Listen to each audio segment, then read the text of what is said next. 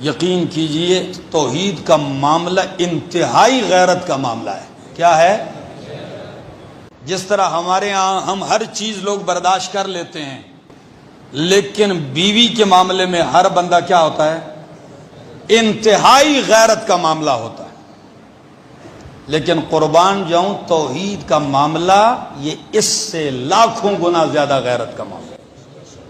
اس لیے اللہ نے الفاظ کیا استعمال کیے؟ یہی سورت توبہ ہے۔ فرمایا ما کان للمشرکین ان یعمروا مساجد اللہ، مشرکوں کے لیے کوئی لائق نہیں، کوئی جائز نہیں، کوئی شایع نشان نہیں، کوئی ضرورت نہیں کہ وہ مسجدیں تعمیر کریں۔ میری مسجدیں تو تعمیر وہ کریں جو میری توحید کے علمبردار ہیں۔